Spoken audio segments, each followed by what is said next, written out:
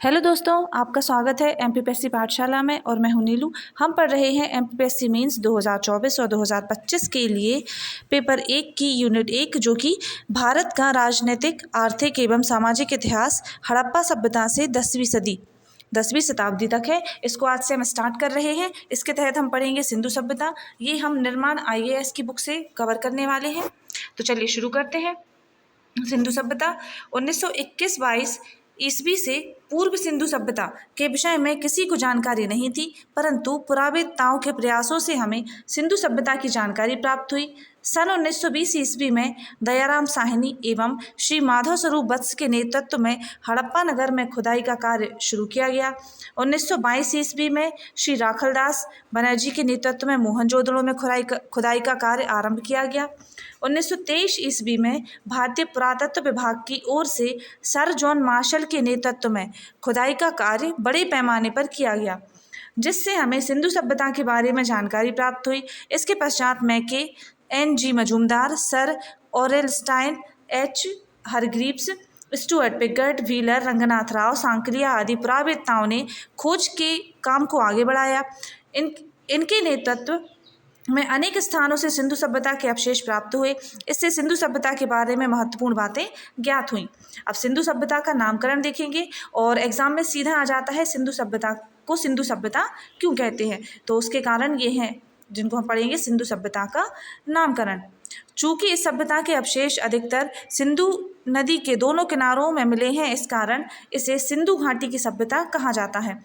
इस सभ्यता को हड़प्पा संस्कृति के नाम से भी पुकारा जाता है, क्योंकि इस सभ्यता की जानकारी सबसे पहले हड़प्पा से ही प्राप्त हुई थी। कुछ विद्वानों के अनुसार हड़प्पा की केंद्रीय स्थिति को देखते हुए इस सभ्यता का नाम हड़प्पा की सभ्यता रखा गया। इसके अतिरिक्त सिंधु सभ्यता के लगभग 2/3 पुरास्थल लुप्त सरस्वती नदी एवं उसकी सहायक नदियों के क्षेत्रों से मिले हैं, इसलिए इस सभ्यता को सिंधु सरस्वती सभ्यता के नाम से भी पुकारा जाता है। सिंधु सभ्यता का विस्तार क्षेत्र, सिंधु सभ्यता के अवशेष केवल मोहनजोदड़ो और हड़प्पा से ही नहीं अपितु अन्य स्थानों से भी प्राप्त हुए हैं। सिंधु सभ्यता का विस्तार अफगानिस्तान, बलूचिस्तान, सिंधु, पंजाब पाकिस्तान, पंजाब भारत, हरियाणा राजस्थान, गुजरात एवं उत्तर भारत में गंगा घाटी तक व्याप्त था। प्रोफेसर RN राव के अनुसार सिंधु सभ्यता का विस्तार पूर्व से पश्चिम में 1600 किलोमीटर तथा उत्तर से दक्षिण में 1100 किलोमीटर के क्षेत्र में था। सिंधु सभ्यता का वर्तमान में ज्ञात भौगोलिक विस्तार लगभग 13 लाख वर्ग किलोमीटर है, जो कि 12,99,600 वर्ग किलोमीटर है। सिंधु सभ्यता का काल देखेंगे अब, तो सिंधु सभ्यता के काल के विषय में विद्वानों में मतभेद हैं। डॉक्टर राजवली पांडे के अनुसार सिंधु सभ्यता का उद्भव 400 ईसा पूर्व हुआ था। जॉन मार्शल तथा डॉक्टर RK मुखर्जी ने सिंधु सभ्यता का काल 3250 ईसा पूर्व से 2750 ईसा पूर्व माना है। व्हीलर ने सिंधु सभ्यता का काल 2500 ईसा पूर्व से 1500 ईसा पूर्व के मध्य माना है।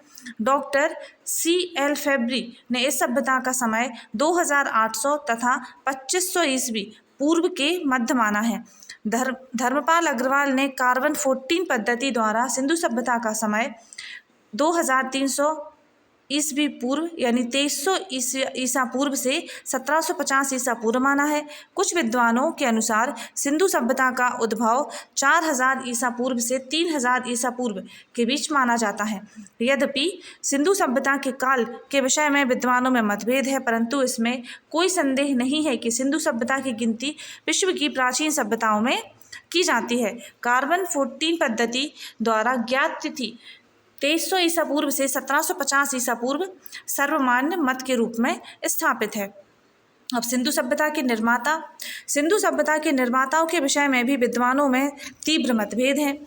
जॉन मार्शल, फादर हैरास आदि विद्वानों के अनुसार सिंधु सभ्यता के निर्माता द्रविड़ थे।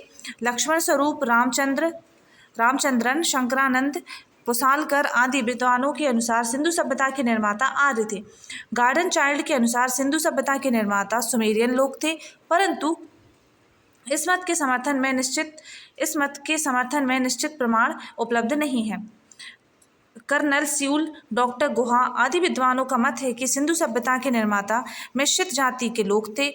इन जातियों में आदि ऑस्ट्रेलियाई, भूमध्य सागरीय, मंगोल तथा अल्पाइन जातियां उल्लेखनीय थीं। डॉक्टर विमल चंद पांडे ने लिखा है कि भूमध्य सागरीय जाति सिंधु प्रदेश में सबसे अधिक बहुसंख्या में थी। यही समाज में सबसे अधिक सम्माननीय तथा अभिजात समझी जाती थी। सिंधु सभ्यता के विकास में कदाचित इसी जाति ने सबसे अधिक योगदान दिया था। अस्थि पंजरों तथा मूर्तियों के सिरों के भग्नावशेषों से भी ज्ञात होता है कि सैंधव लोग मिश्रित जाति के थे। अब सिंधु सरस्वती सभ्यता की प्रमुख विशेषताएं देखेंगे। तो पहली इसकी विशेषता के अंतर्गत पहले देखेंगे सिंधु सभ्यता का धार्मिक जीवन। सिंधु घाटी की खुदाई में प्राप्त मूर्तियों, मुद्राओं, मोहर, ताबीजों आदि से हमें सिंधु सभ्यता के धार्मिक जीवन के विषय में पर्याप्त जानकारी मिलती है। फर्स्ट है मातृ देवी की उपासना। सिंधु घाटी की खुदाई में मातृ देवी की अनेक मूर्तियां मिली हैं। मिट्टी के पात्रों, मोहरों तथा ताबीजों पर भी मातृ देवी के अनेक चित्र मिले हैं।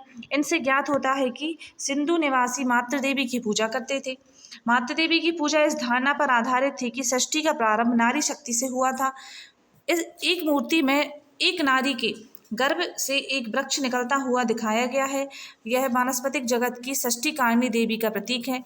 नारी की कुछ ऐसी मूर्तियां मिली हैं जो शिशु को स्तनपान करा रही हैं। यह इस बात का प्रतीक है कि मातृ देवी संपूर्ण मानव लोक की पोषिका, पालिका, जननी थी। मातृ देवी को प्रसन्न करने के लिए पशु बलि तथा नर बलि भी दी जाती थी। अब नेक्स्ट है शिव की उपासना। सिंधु घाटी की खुदाई में एक मोहर मिली है जिस पर एक देवता की मूर्ति अंकित है। यह देव पुरुष योगासन में बैठा है। इस देवता के 3 मुख और 2 सींग हैं। इसके सर पर त्रिशूल के समान कोई वस्तु है। हाथी, चीता, भैंसा, गैंडा, हिरण आदि पशु इस देव को घेरे हुए हैं। इस मूर्ति में शिव के 3 लक्षण पाए गए हैं। पहला है त्रिमुख रूप, दूसरा पशुपति रूप और तीसरा योगेश्वर रूप। सर जॉन मार्शल के अनुसार यह मूर्ति शिव की है। इससे ज्ञात होता है कि सैंधव लोग शिव की पूजा करते थे। इसके अतिरिक्त 2 अन्य मोहरें भी मिली हैं जिन पर शिव की आकृति बनी हुई है। आप लोग ये साइड में देख सकते हैं, ये छोटी सी ड्राइंग, इससे आप लोग समझ सकते हैं कि 3 सर हैं, ऊपर त्रिशूल जैसा कुछ लगा हुआ है। अब नेक्स्ट है लिंग पूजा। हड़प्पा एवं मोहनजोदड़ो में काफ़ी संख्या में लिंग मिले हैं। ये लिंग साधारण पत्थर, लाल पत्थर तथा नीले सैंडस्टोन, चीनी मिट्टी अथवा सीपी के बने हुए हैं। छोटे छोटे आकार से लेकर 4 फीट की ऊंचाई तक के लिंग मिले हैं। शिव के प्रतीक होने के कारण ये लिंग पवित्र समझे जाते थे तथा इनकी पूजा की जाती थी। योनि पूजा। हड़प्पा और मोहनजोदड़ो में बहुत से छल्ले मिले हैं जो पत्थर, चीनी मिट्टी तथा सीपी के बने हैं। ये आधा इंच से लेकर 4 इंच तक बड़े हैं। अधिकांश विद्वान इन छल्लों को योनियां मानते हैं। उनका मत है कि सिंधु निवासी लिंग पूजा के साथ साथ योनि पूजा भी करते थे। लिंग योनि की पूजा संभवतः सिंधु निवासियों द्वारा ईश्वर की सृजनात्मक शक्ति की उपासना की प्रतीक थी। अब पशु पूजा। सिंधु निवासी पशुओं की भी पूजा करते थे। सिंधु घाटी से प्राप्त मोहरों पर बैल, भैंस तथा भैंसे के चित्र मिले हैं। इससे प्रतीत होता है कि सिंधु निवासी इन पशुओं की पूजा करते थे। संभवतः सिंधु निवासी पशु पक्षियों में दैवी शक्ति का अंश मानते थे। कुछ मोहरों पर हाथी, बाघ, भेड़, बकरी, घड़ियाल, हिरन, तोता, मोर आदि पशुओं के चित्र अंकित हैं। सिंधु निवासी संभवतः इन पशुओं को देवता मानकर उनकी पूजा करते थे। सिंधु निवासी नाग की भी पूजा करते थे। अब नेक्स्ट है वृक्ष पूजा। सिंधु निवासी वृक्षों की पूजा करते थे। मोहरों पर पीपल के वृक्ष के चित्र पर्याप्त मात्रा में अंकित हुए मिलते हैं। इसलिए ऐसा अनुमान है कि सिंधु निवासी पीपल के वृक्ष को सबसे अधिक पवित्र मानते थे तथा उसकी पूजा करते थे। सिंधु घाटी के लोगों का विश्वास था कि पीपल के वृक्ष में उनका मुख्य देवता निवास करता था। वृक्ष पूजा 2 रूपों में प्रचलित थी। पहला, वृक्ष की उसके प्राकृतिक रूप में पूजा तथा दूसरा, वृक्ष की किसी देवता के प्रतीक के रूप में पूजा। सिंधु निवासी पीपल के अतिरिक्त तुलसी, बबूल, नीम, खजूर आदि वृक्षों की भी पूजा करते थे। नेक्स्ट है अग्निवेदिकाएं। कालीबंगा, लोथल, बनावली, राखीगढ़ी आदि की खुदाई से हमें अनेक अग्निवेदिकाएं मिली हैं। कुछ अग्निवेदिकाओं में राख एवं कोयले के अवशेष मिले हैं। इसके साथ ही मिट्टी के पिंड तथा मिट्टी के बने स्तंभ भी मिले हैं। संभवतः इस सामग्री का उपयोग किसी धार्मिक या याज्ञिक अनुष्ठान में किया जाता था। अब जल पूजा देखेंगे तो सिंधु निवासियों को पवित्र स्नान तथा जल पूजा में गहरा विश्वास था। सिंधु लोग शुभ कार्यों एवं विशेष पर्वों पर सामूहिक स्नान करना एक पवित्र कर्तव्य मानते थे। कुछ विद्वानों का अनुमान है कि मोहनजोदड़ो का स्नान कुंड धार्मिक स्नानों के काम में आता था। नेक्स्ट है प्रतीक पूजा। सिंधु घाटी की खुदाई में कुछ स्थानों पर सींग, स्तंभ, चक्र तथा स्वास्तिक के चित्र मिले हैं। संभवतः इनका कुछ धार्मिक महत्व था। विद्वानों का अनुमान है कि ये किसी देवी देवता के प्रतीक होंगे तथा इनकी पूजा होती होगी। हिंदू धर्म में आज भी स्वास्तिक का चिन्ह पवित्र तथा शुभ माना जाता है, अतः सिंधु निवासी भी इसे पवित्र चिन्ह मानते थे। मोहरों पर चक्र की तरह बने कुछ आकारों से अनुमान लगाया जाता है कि सिंधु निवासी सूर्य की पूजा करते थे। अब नेक्स्ट है मूर्ति पूजा। सिंधु प्रदेश में अनेक देवी देवताओं की मूर्तियां मिली हैं। इससे प्रतीत होता है कि सिंधु निवासी मूर्ति पूजा में विश्वास करते थे। सिंधु निवासी साकार उपासना करते थे। उनके समाज में मूर्ति पूजा प्रचलित थी। नेक्स्ट है उपासिकाएं एवं देवदासियां। सिंधु प्रदेश में अनेक नारियों की मूर्तियां मिली हैं। हड़प्पा की एक मूर्ति में एक नारी सिर पर खाद्य सामग्री से भरा कोई पात्र रखे हुए हैं। जॉन मार्शल के अनुसार ये मूर्तियां मंदिरों की उपासिकाओं की हैं। मोहनजोदड़ो में एक नर्तकी की मूर्ति मिली है। कुछ विद्वानों का मत है कि यह देवदासी की मूर्ति है। यहाँ पे ये शॉर्ट में लिखा हुआ था सिंधु सभ्यता की प्रमुख विशेषताएं। तो ये सिंधु सभ्यता का धार्मिक जीवन शॉर्ट में था। माता देवी की उपासना, शिव की उपासना, लिंग पूजा, योनि पूजा, पशु पूजा, वृक्ष पूजा, अग्निवेदिकाएं, जल पूजा, प्रतीक पूजा, मूर्ति पूजा, उपासिकाएं एवं देवदासियां, पूजा विधि और जादू टोना, ये सब जादू टोने में विश्वास। चलिए आगे बढ़ते हैं। यहाँ पे पूजा विधि देखेंगे। अब हम पूजा विधि सिंधु निवासी पूजा में धूप, दीप, अग्नि आदि का प्रयोग करते थे। सिंधु निवासी अपने देवी देवताओं को प्रसन्न करने के लिए संगीत, नृत्य का भी प्रयोग करते थे। सिंधु प्रदेश में पशु बलि भी प्रचलित थी। देवताओं को प्रसन्न करने के लिए पशु बलि दी जाती थी। धार्मिक प्रथाओं में शारीरिक शुद्धि पर विशेष ध्यान दिया जाता था। जादू टोने में विश्वास। खुदाई में प्राप्त बहुत से ताबीज़ों के आधार पर ऐसा अनुमान लगाया गया है कि सिंधु निवासी भूत प्रेत आदि में विश्वास करते थे और उनके प्रकोप से बचने के लिए ताबीज़ों का प्रयोग करते थे। उपर्युक्त विवरण से स्पष्ट होता है कि सिंधु निवासियों की धार्मिक मान्यताओं को हिंदू धर्म के विकास का प्रारंभिक चरण माना जा सकता है। शिव जी, माता देवी, वृक्षों, पशुओं आदि की पूजा आज भी हिंदू धर्म में प्रचलित है। Doctor R.C. मजूमदार का कथन है कि सिंधु घाटी की प्राचीन सभ्यता तथा वर्तमान के हिंदू धर्म में स्वाभाविक आंगिक समान एक जैसा संबंध है। अब हम देखेंगे सामाजिक जीवन।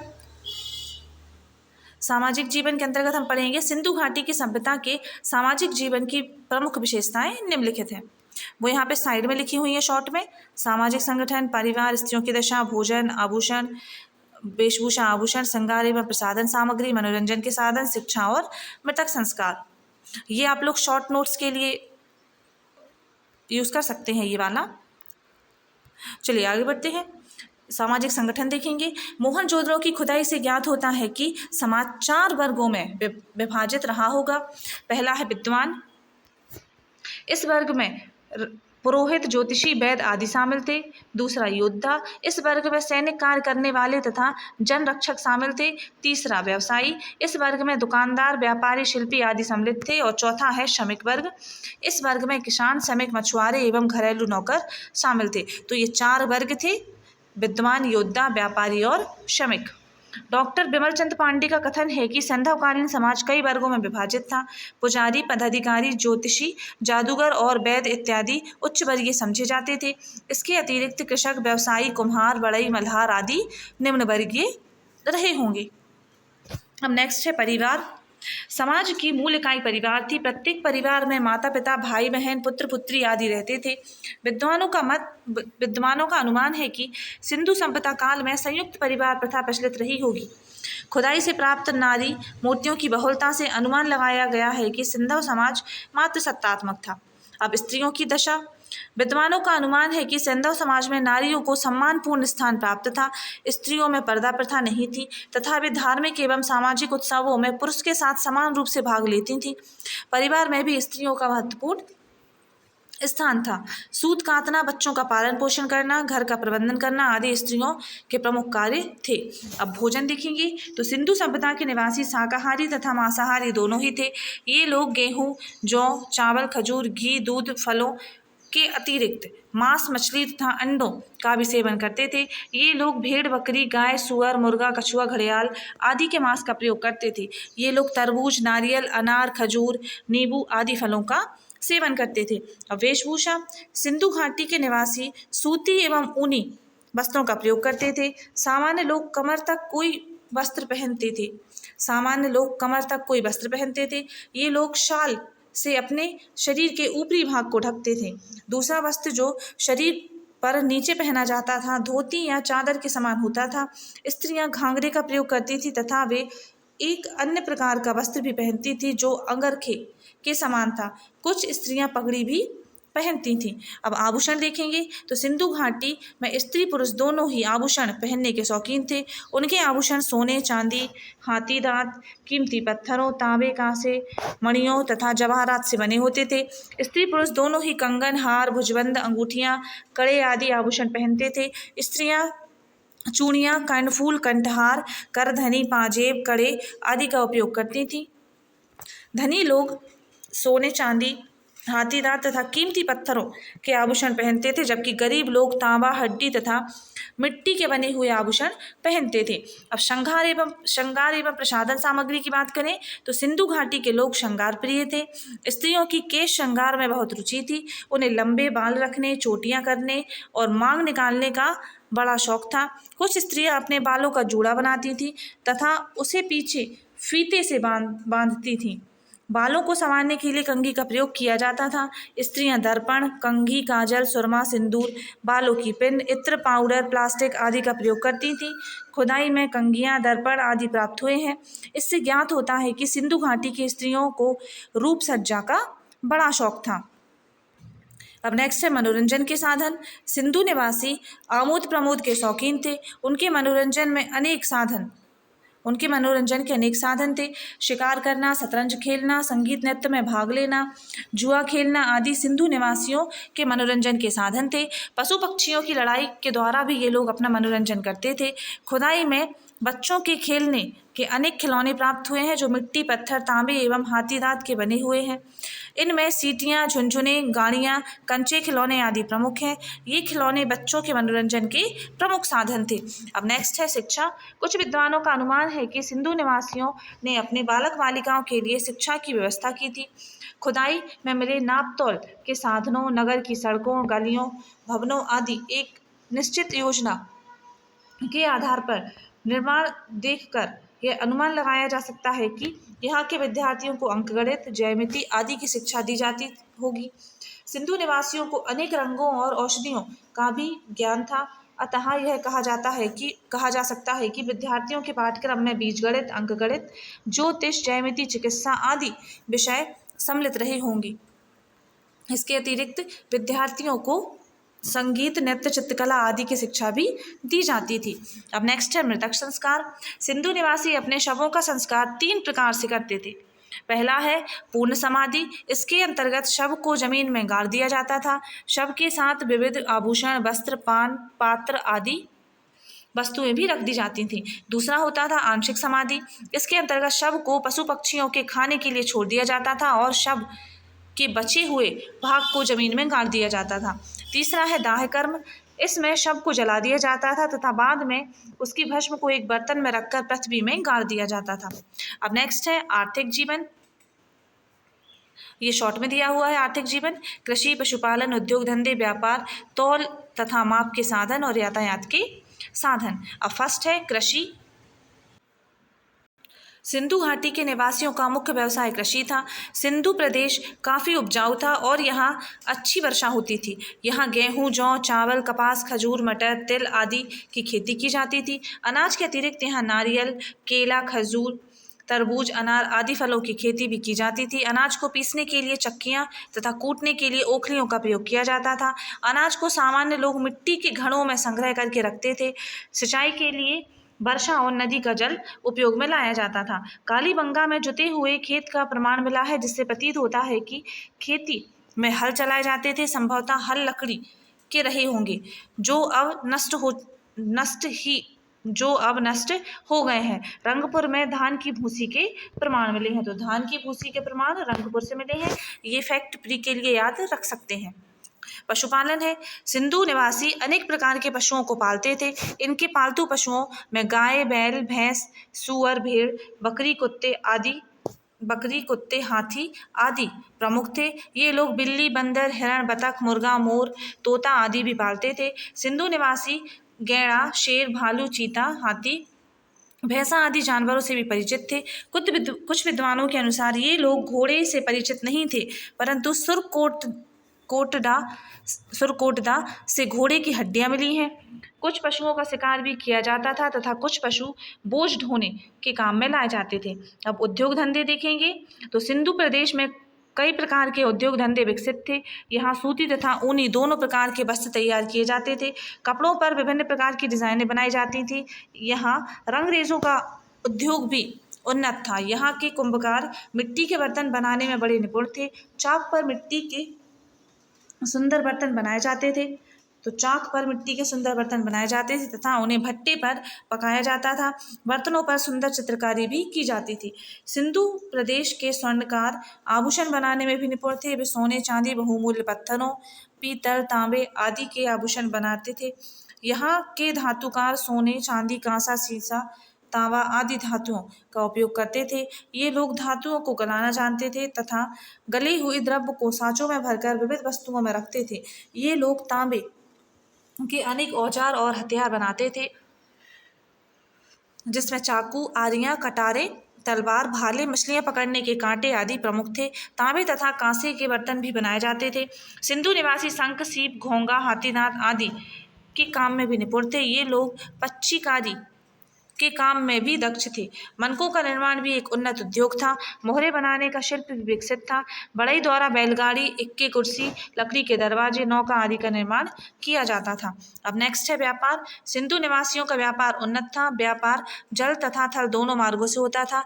जल यातायात के लिए नावों तथा छोटे जहाजों का एवं थल यातायात के लिए पशु गाड़ियों का प्रयोग किया जाता था। आंतरिक व्यापार उन्नत अवस्था में था। चांदी, टिन, सोना आदि अफगानिस्तान, ईरान आदि देशों से मंगवाया जाता था। तांबा राजस्थान से तथा बहुमूल्य पत्थर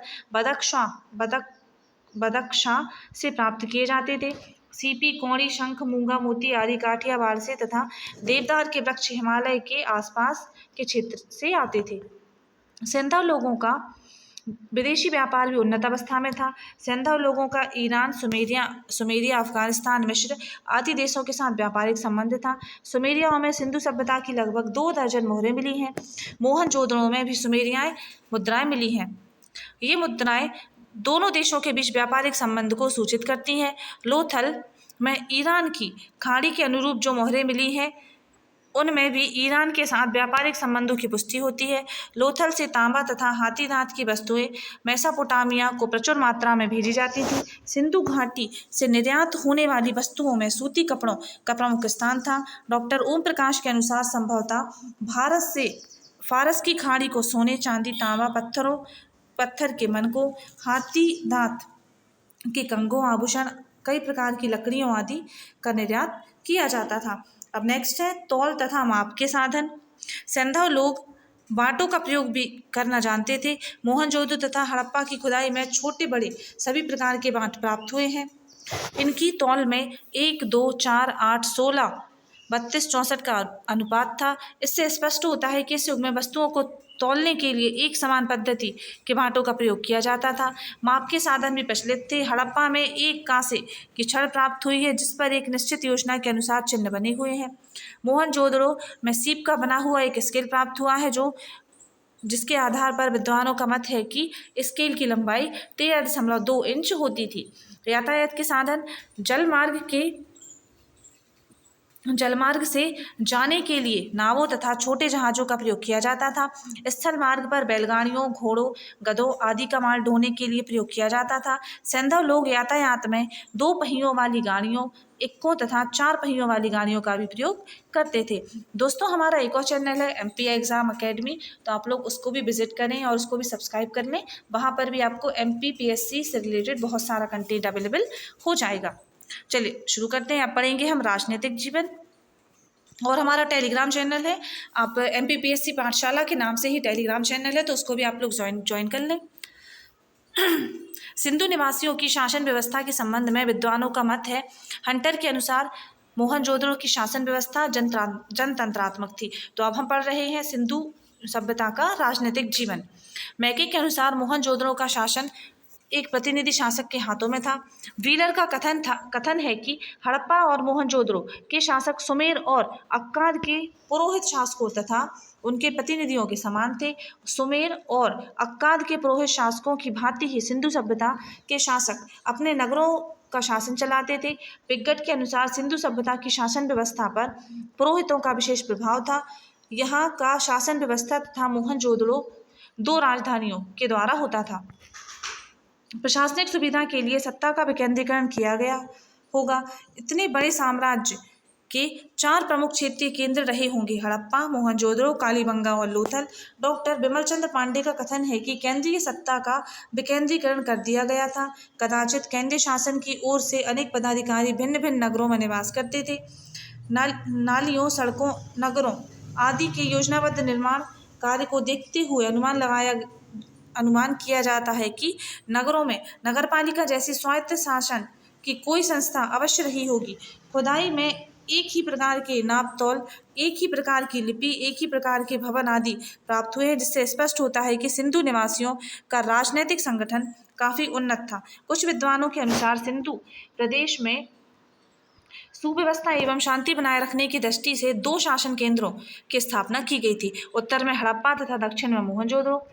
मैके महोदय का मत है कि नगरों की सुरक्षा तथा शांति स्थापना के लिए पुलिस अथवा सुरक्षा सेना की व्यवस्था रही होगी। सिंधु सभ्यता के निवासियों का जीवन शांतिप्रिय था। युद्ध के अस्त्र शस्त्र बहुत अधिक संख्या में नहीं मिले हैं। सिंधु प्रदेश से जो हथियार मिले हैं उनमें कांसे की आरी, तांबे की तलवारें, कांस के बने भालों के अग्रभाग, कटारें, चाकू आदि उल्लेखनीय हैं। अब हम देखेंगे सिंधु सभ्यता का विस्तार क्षेत्र।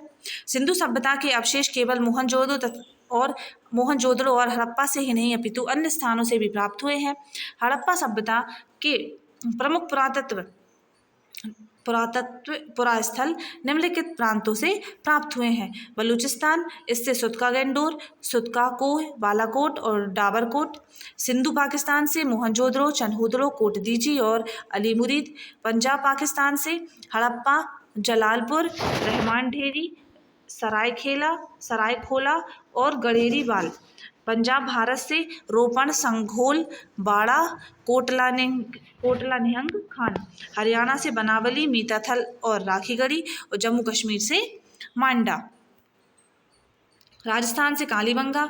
उत्तर प्रदेश से आलमगीरपुर, मेरठ, अम्बाखेड़ी, सहारनपुर और कौशाम्बी। गुजरात से रंगपुर, लोथल, सुरकोटदा, मालवण, भगवतराव, धौलावीरा। महाराष्ट्र से दैमाबाद और टाइमाबाद। इस प्रकार सिंधु सभ्यता का विस्तार अफगानिस्तान, बलूचिस्तान, सिंध, पंजाब पाकिस्तान, पंजाब भारत, हरियाणा, राजस्थान, गुजरात एवं उत्तर भारत में गंगा घाटी तक व्याप्त था। डॉक्टर बिमल चंद्र पांडे का कथन है कि सिंधु सभ्यता एकमात्र सिंधु नदी की घाटी तक ही सीमित नहीं थी, वरन उसका क्षेत्र और अधिक सुविस्तृत था। आधुनिक भौगोलिक नामों में इस क्षेत्र में के अंतर्गत बलूचिस्तान, उत्तर पश्चिमी सीमांत प्रांत, पंजाब, सिंध, काठियावाड़ का अधिकांश भाग, राजपूताना और गंगा घाटी का उत्तरी भाग शामिल था।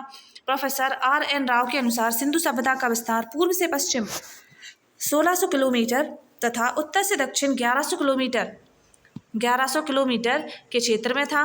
डॉक्टर राजबली पांडे के अनुसार सिंधु सभ्यता पूर्व में काठियावाड़ से प्रारंभ होकर पश्चिम में मकरान तक फैली हुई थी। प्रोफेसर गार्डन चाइल्ड का कथन है कि सिंधु घाटी की सभ्यता मिस्र से भी अधिक विस्तृत क्षेत्र को अपने आंचल में समेटी हुई थी। सिंधु सभ्यता का वर्तमान में ज्ञात भौगोलिक विस्तार लगभग 13 लाख वर्ग किलोमीटर है।